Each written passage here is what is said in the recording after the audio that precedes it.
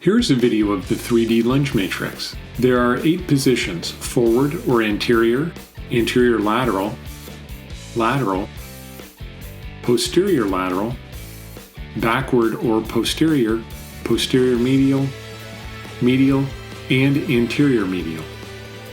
While lunging, his head, torso, and arms move in a transverse plane to increase the challenge of maintaining balance. He's wearing strobe eyewear to challenge his proprioception to improve his dynamic knee stability. Blood flow restriction bands are on his upper thighs to maximize his muscular fatigue.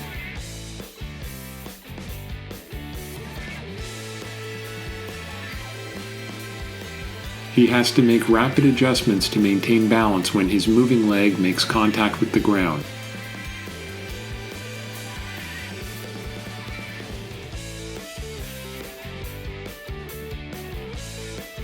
To make a full recovery, you have to perform challenging exercises.